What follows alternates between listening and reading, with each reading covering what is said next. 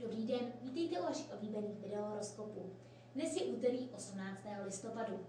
Dnes bude hodně lidí chtít těm druhým šéfovat a tak jim organizovat práci. Proto se připravte na mocenské půtky. Přesto díky Luně a Marsu bude situace docela konstruktivní a energická. I po volném včerejšku se dopoledne rádi vrhnete do práce. Dobře se bude dařit lidem, kteří pracují v záchranářství, u hasičů nebo ve vojsku. Hlavně muži narození v ohnivých znameních. Lva, Střelce i Berana jsou plní fyzických sil po odpočinku. Slunce, Merkur a Uran zase stále přijí vaší komunikativnosti a přesvědčivosti.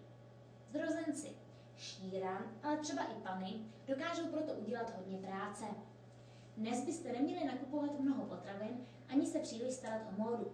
Ženy se spíš můžou věnovat výchově dětí a komunikaci s kamarádkami o jejich osobních vztazích. Možná zjistíte, že máte prakticky stejné radosti i problémy, takže se vám bude dobře společně uvolňovat při sportování.